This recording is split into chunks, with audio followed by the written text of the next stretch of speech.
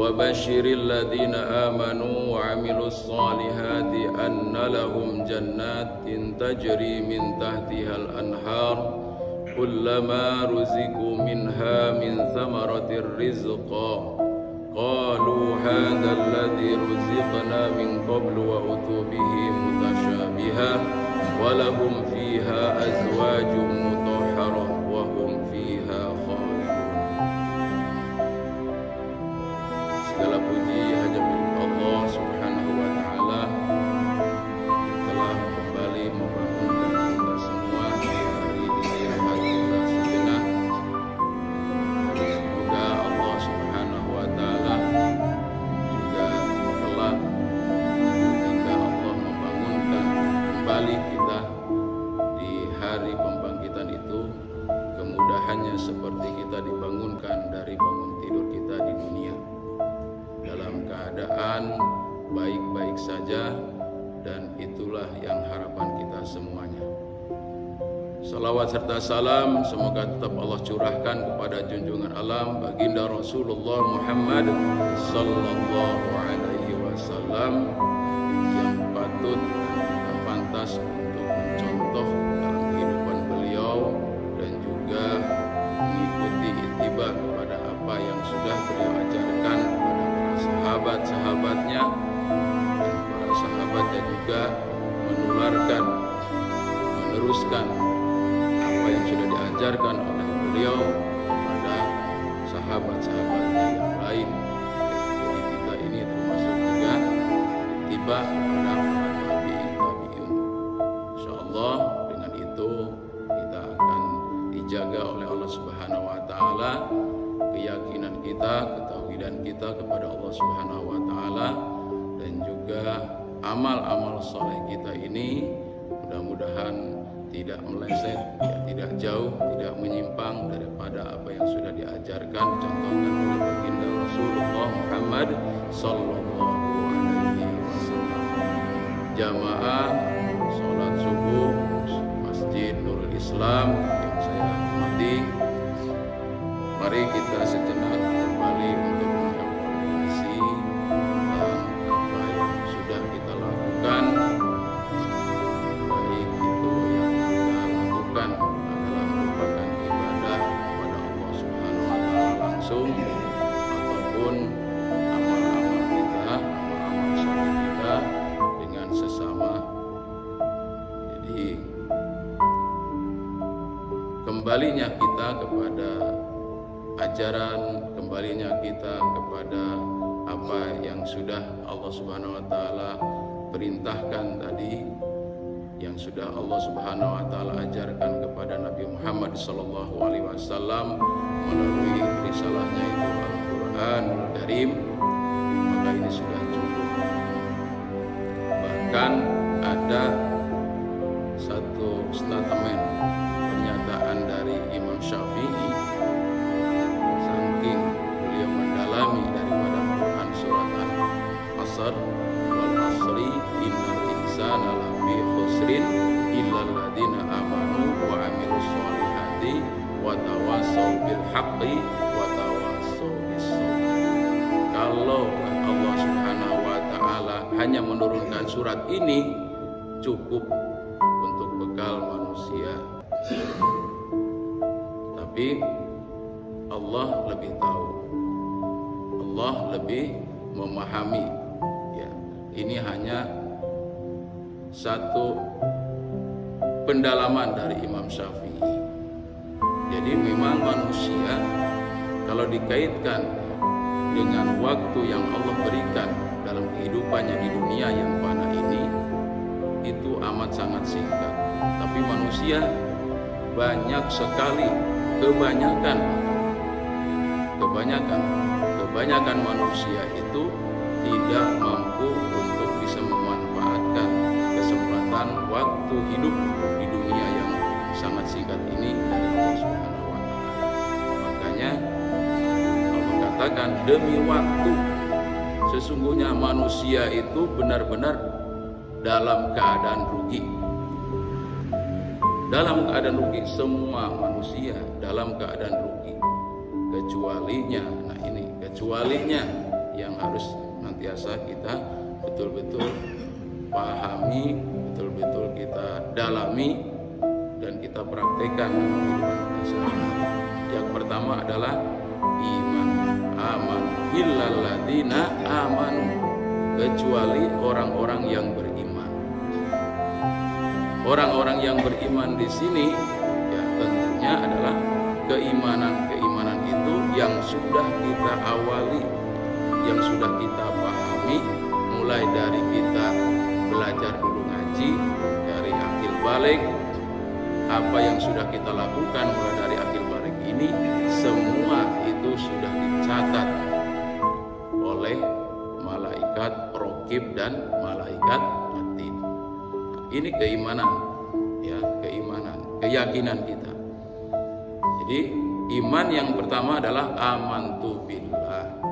Iman kita adalah iman kepada Allah Subhanahu wa taala. Keyakinan inilah yang tidak boleh dicampur adukan dengan yang lain-lain dalam pelaksanaannya, terutama adalah saat kita mau menunaikan setiap amilus sholihat, amal soleh kita. Karena antara iman ya kepada Allah Subhanahu wa taala, ya, kemudian juga tadi ada satu niatan-niatan yang disinilah godaannya, celahnya setan. Jadi antara syirik kepada Allah, ya, kemudian juga di situ ada syirik kecil, ya, namanya riya, yura'unan nas, ingin dilihat oleh orang lain. Mungkin ya ada hati kita itu pasti lintasan-lintasan hati kita saat kita menunaikan ibadah kepada Allah Subhanahu wa taala. Ada getaran-getaran hati yang di situ, getaran-getaran hati yang dihembuskan oleh para malaikat juga ada, juga di situ berlawanan juga ada getaran-getaran hati yang dihembuskan oleh nas, yaitu dari golongan-golongan jin dan juga golongan manusia. Inilah maka harus kita perhatikan di sini. Jadi semua manusia itu intinya adalah akan mati kecuali orang-orang yang betul-betul tadi imannya teguh, kemudian juga menjaga keyakinan tadi dan niatnya tadi lurus untuk mendapatkan ridhonya dari Allah Subhanahu wa taala semata. Kemudian juga dalam hidup kita sehari-hari ini tidak ada manusia itu bisa hidup sendirian. Tidak ada manusia itu yang mau mencapai segala sesuatu sukses dengan sendirian. Itu harus ada hubungan manusia dengan yang lainnya. Makanya ada watawasau bil haq, watawasau bis sabr. Manusia tidak akan pernah lepas dari kesalahan, kekurangan, kelemahan, kelemahan. Maka di sini ada yaitu sifatnya untuk saling ingat-ingatan dalam kesabaran, saling ingat-ingatan dalam kesabaran. Oleh karena itu jamaah subuh rahimakumullah, maka berbagai macam kalimat-kalimat thayyibah yang diajarkan oleh baginda Rasulullah Muhammad sallallahu alaihi wasallam. Yang pertama adalah ba'da salat itu istighfar. Istighfar. Kalimat ini adalah menunjukkan untuk senantiasa selalu mengevaluasi kembali kepada Allah terhadap apa yang kita lakukan. Ba'da salat, ya itu tadi niat kita sudah mantap salat subuh 2 rakaat jadi makmum, jadi imam karena Allah Subhanahu wa taala. Dalam perjalanannya mulai dari takbiratul ihram itu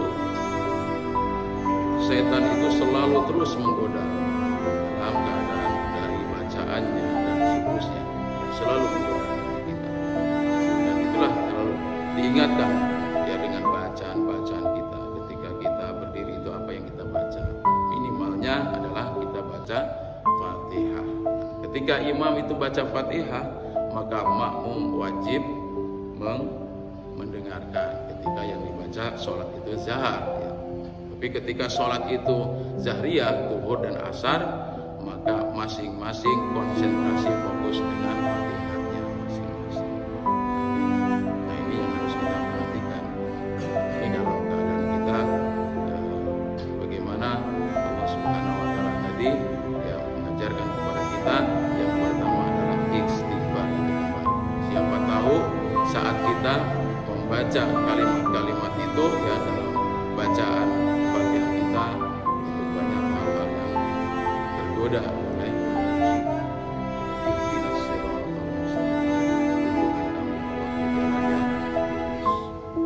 maka ada satu hadis baginda Rasulullah SAW ya yang diriwayatkan oleh Abu Hurairah radhiyallahu anhu, qala Allah taala ya ana inda dzoni abdi bi. Aku sesuai dengan prasangka hamba. Jadi kalau kita lagi sholat itu tawajuh kita kepada Allah Subhanahu wa taala, inni wajjahtu wajhiya, ya, sungguhnya aku benar-benar hatiku, badanku sedang bertawajuh, sedang menghadap kepadamu, tidak dengan yang lain. Sedangkan itu juga beda. Jadi ketika kita sudah takbiratul ihram itu, maka fokus mata kita itu ke tempat sujud, tidak ke tempat lain. Karena mata ini itu menjadi arahan panah dari setan. Jadi kalau kemana-mana jelalatan, kemana-mana tidak ke tempat sujud, maka itulah setan akan masuk di dalamnya. Ya. Ini adalah yang harus kita pahami. Prasangka kita itu terus pada Allah Subhanahu wa taala semata. Jadi kalau kita dalam keadaan barangkali belum fit, ketika kita masuk ke dalam sholat itu, maka di situ kita juga berdoa kepada Allah agar dilindungi kita ini dari kehadiran setan. Ya, Rabbi a'udzubika min hamazati syayatin wa a'udzubika ayyahdurun. Ya Allah, aku berlindung dari kehadirannya setan.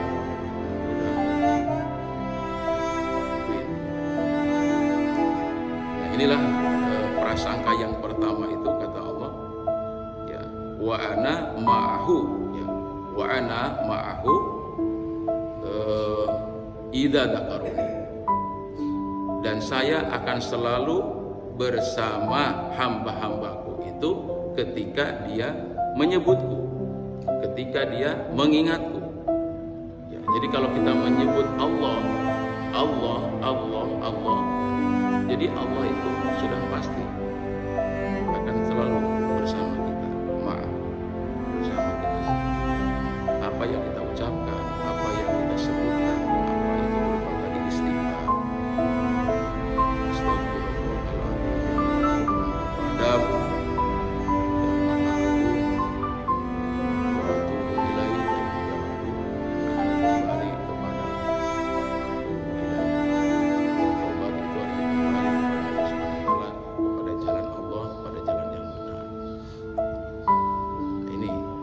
kebersamaan kita itu akan selaras ya, akan sebanding dengan apa yang disangkakan tadi kita kepada Allah Subhanahu wa taala dengan mengucapkan kalimat-kalimat thayyibah ya. Sebut nama Allah Subhanahu wa taala, puji Allah Subhanahu wa taala, mohonkan apa yang kita minta kepada Allah Subhanahu wa taala. Kemudian fa'in dzakaroni fi nafsihi, fa'in dzakaroni fi nafsihi dzakartuhu fi nafsihi. Kalau hambaku itu menyebutkannya di dalam jiwanya, maka aku pun akan menyebutkannya dalam jiwa. Jadi kalau kita ini yang mengucapkan lirik, mengucapkan zahar ya dalam hati, ya Allah tahu. Ya kalau kita tadi zikirnya secara zahar ya secara kuat, secara keras, ini juga syiar ya, menguatkan. Hanya kata Allah Subhanahu wa taala ya, wa in dzakara fi mala'in, ya, wa in dzakara fi mala'in, ya, dzakartuhu fi mala'in khairin minhum. Jika kita zikir kita itu bersama-sama dengan orang banyak sini berjamaah, maka aku juga ya, akan membersamai kalian ya, dengan kumpulan yang lebih baik daripada kumpulan kalian. Jadi kita ini kumpulan dari malaun ya, jamaah Nurul Islam yang istiqomah ini ya, insya Allah apa yang sudah disebutkan oleh imamnya tadi, mulai dari istighfarnya, mulai dari tasbihnya, mulai dari tahmidnya, takbirnya ya, dan tahlilnya tadi, dan juga dipimpin dengan doa, itu Allah Subhanahu wa Ta'ala amat sangat menyukainya dan akan lebih membalasnya dengan balasan yang lebih baik. Di malain khairat. Ini penting untuk kita terus ya, kita dalami dalam zikir-zikir ini, pahami apa yang kita ucapkan itu sendiri, jangan sampai kita mengucapkan apa yang kita ucapkan itu kok nggak ngerti apa yang dimaksud. Kalau Allah ya tahu apa yang kita ucapkan, tapi kita dengan hati kita sendiri apa ya. Jadi ketika kita mengucapkan Subhanallah, Maha Suci Allah, ya Maha Suci Allah itu Allah harus ya bebas dari sifat-sifat yang kita sifatkan itu ya, prasangka-prasangka tadi banyak. Kadang-kadang kita sudah merasa berdoanya sudah banyak, sudah yang kita minta kok enggak juga datang tiba daripada apa yang kita inginkan. Ingat ya, tadi kalau kita mungkin ini sudah banyak kita doa-doa itu, tapi kadang-kadang belum tentu ya, belum tentu itu kita prasangka kita itu ya benar. Padahal bagi Allah Subhanahu wa Ta'ala, apa yang Allah Subhanahu wa Ta'ala kabulkan itu akan lebih baik daripada prasangka kita. Seperti kita misalnya minta apa ya, minta rezeki berupa misalnya harta yang banyak, tapi di sisi lain ya, Allah Subhanahu wa Ta'ala jaga kesehatan kita, Allah jaga keluarga kita, Allah jaga kepribadian kita. Itu adalah merupakan bagian yang Allah berikan kepada kita. Karena boleh jadi apa yang terbaik menurut kita, ya menurut kita, keinginan kita, itu belum tentu dengan Allah terbaik. Atau sebaliknya seperti itu. Jadi Allah itulah yang memberikan kepada kita yang terbaik. Nah, inilah prasangka yang harus kita lakukan. Kemudian apabila kita mengingat kepada Allah Subhanahu wa Ta'ala, wa in ya dzakara,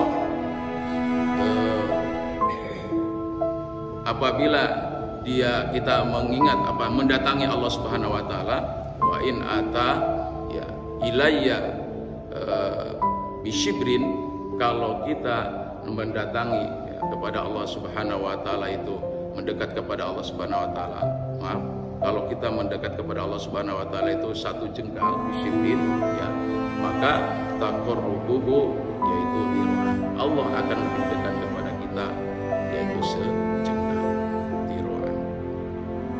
Nah ini makanya dalam artian di sini ya, dekatnya itu akan Allah lebihkan. Jadi maupun mukhalafahnya itu Allah Subhanahu wa Ta'ala itu akan melebihkan kedekatan kita kepada Jadi kalau kita mendekat itu satu depak ya, maka Allah akan mendekat kepada kita satu pas dan seterusnya. Bahkan ada yang lebih jelas lagi itu Allah lebih dekat kepada kita itu min hablil warid, lebih dekat daripada urat leher kita. Nah, inilah yang prasangka kita ini yang harus kita olah terus. Jadi kalau kita sholatnya tepat waktu, gitu, mendatangi masjid lebih awal, terutama di sini adalah pasti yang akan mendapatkan pahalanya lebih daripada itu tempat datangnya ke masjid lebih dekat lagi kepada Allah Subhanahu wa Ta'ala. Ini muazzin ini luar biasa. Makanya dulu Bilal bin Rabah itu salah satunya sahabat yang dijamin masuk surga itu karena salah satunya keunggulannya adalah dia tidak pernah lepas daripada sholat 5 waktu di awal waktu, dan dia memang diperintahkan oleh baginda Rasulullah SAW untuk mengumandangkan panggilannya Allah, yaitu muazzin azannya. Jadi kalau kita mendatangi kepada Allah Subhanahu wa Ta'ala itu dengan sejengkal, Allah akan lebih dekat daripada itu. Kalau kita mendatangi Allah Subhanahu wa Ta'ala biyamsi, dengan berjalan, maka Allah Subhanahu wa Ta'ala akan mendatangi kita yaitu dengan biharwa. Dengan apa? Dengan berbaring kecil. Nah, inilah artinya maksud bahwa kembali ke awal, Allah Subhanahu wa Ta'ala itu akan sesuai dengan prasangka hamba. Aku akan sesuai dengan prasangka hamba. Apa yang terbaik menurut Allah Subhanahu wa Ta'ala, maka kembalikan kita kepada Allah Subhanahu wa Ta'ala. Apanya? Ketawakalannya, ketulus ikhlasannya kita ini kepada Allah Subhanahu wa Ta'ala terus kita perbaiki, ya. Maka ada sikapnya ya, kita itu yaitu jadi dunia. Kita selalu memperbaharui niat-niat kita itu yang sudah agak menyimpang.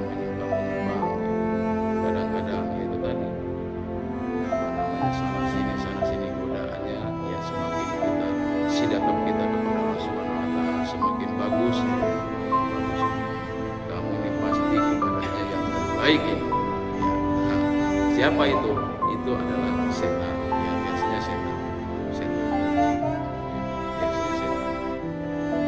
Kalau kata para ahli itu ya, para ahli ibadah itu, semakin kita merasa ya paling bagus, ya merasa paling bagus, itu adalah kita semakin kecil di hadapan Allah Subhanahu wa Ta'ala. Nah itu supaya apa?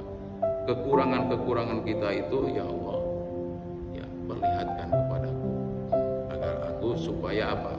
Supaya aku tidak menjadi orang yang besar hati, sombong ya. Karena antara ria merupakan syirik kecil asghar tadi, kemudian sombong ini adalah merupakan penyakit yang paling akut yang di dalam diri jiwa manusia. Kesombongan ini kalau ada di dalam diri kita, ria juga ada di dalam perbuatan kita, inilah yang membuat kita ini menjadi manusia nanti yang tertolak amal kita di hadapan Allah. Jadi yang pertama kita cari itu apa? Ridhonya Allah Subhanahu wa Ta'ala. Ya, kemudian yang kedua adalah luruskan niat kita itu terus diluruskan. Ya Allah ya, saya dalam melaksanakan segala amal ibadah itu adalah hanya untuk Allah Subhanahu wa Ta'ala, lillah hanya semata-mata karena Allah Subhanahu wa Ta'ala. Itu sebagaimana juga dikabarkan oleh Allah Subhanahu wa Ta'ala dalam Quran yang saya baca dalam mukadimah tadi dalam surat Al-Baqarah, wa basyiril ladzina amanu wa amilus solihati anna lahum jannah. Berilah kabar gembira ya pada orang-orang yang beriman, yang beramal soleh, bahwa sesungguhnya bagi mereka itu adalah jannatun tajri min tahtihal anhar. Mereka wajib untuk mendapatkan surganya Allah Subhanahu wa Ta'ala. Ya, wajabat alaihil jannah. Wajib baginya kalau dia itu benar-benarnya berimannya lurus, ya, kemudian dia upayakan untuk istiqomah, ya, yakin dan percaya, tawakalnya hanya kepada Allah Subhanahu wa Ta'ala semata, wajabat alaihil jannah, wajib baginya adalah surga.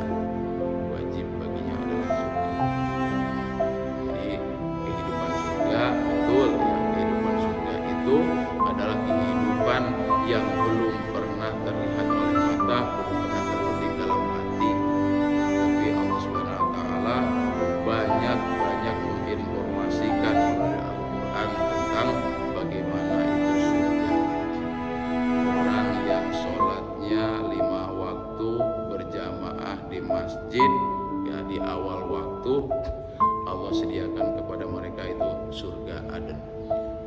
surga Firdaus, maaf, surga Firdaus. Alladzina yarisunal firdaus, bagi orang-orang yang menjaga sholatnya dengan khusyuk, ya, kemudian menjaga dirinya, ya, menjaga harkat derajat dirinya, kehormatannya, kemudian juga menjaga amanah-amanahnya, melaksanakan amanah dan janjinya, maka mereka itulah yang akan mendapatkan surga Firdaus.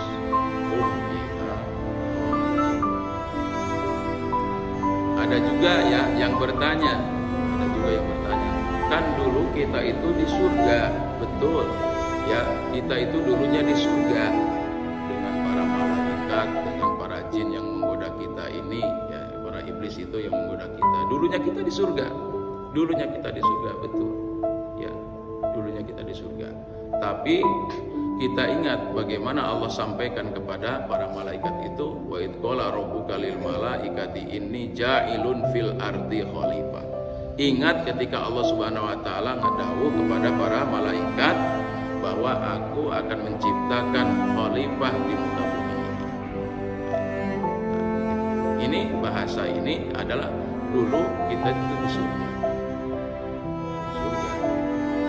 Nah, skenario-nya adalah ketika Allah memerintahkan sujud, fasajadu ya illa iblis.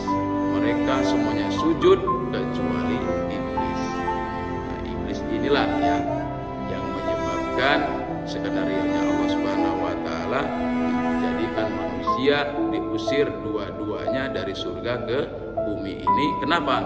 Karena memang Nabi Adam alaihissalam saat dilarang oleh Allah Subhanahu wa taala untuk mendekati pohon itu, wala taqroba hadhihi syajarah fatakuna minaz zalimin. Wahai Adam, kamu duduk-duduk manis nih di surga ya sama teman kamu yang sudah saya ciptakan itu Hawa.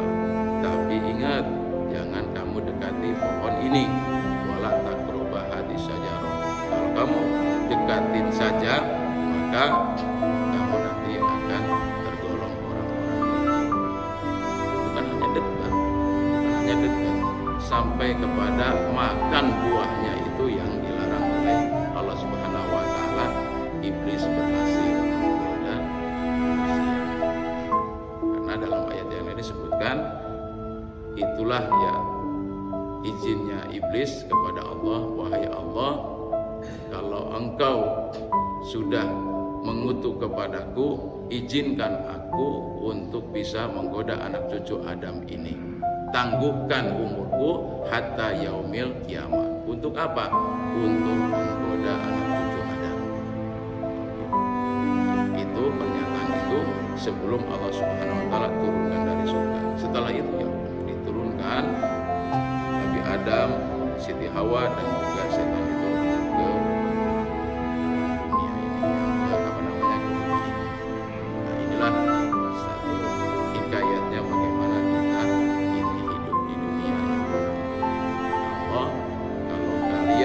ya, wahai Adam, anak cucu Adam itu mereka nanti akan saling ya sesuai dengan prediksinya malaikat ya, akan saling gontok-gontokan, bahkan sampai saling menumpahkan darah dan seterusnya. Tapi apabila kalian tetap beriman, kembali bertobat kepada Allah Subhanahu wa taala, maka Allah Subhanahu wa taala, innallaha ghafurur rahim, Allah itu Maha Pengampun lagi Maha Penyayang.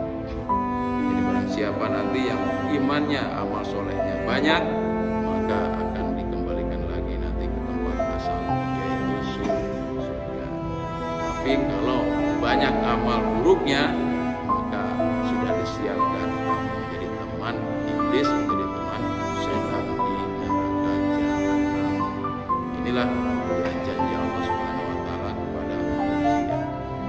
Insyaallah ya, memang sungguh rahimahullah, kita diingatkan kembali oleh Allah Subhanahu wa taala, berbanyak mengingat Allah Subhanahu wa taala, qiyaman wa qu'udan wa ala junubihim, ketika kita berdiri, ketika duduk, dan ketika kita berbaring, dan di mana saja tempat kita berada, maka jangan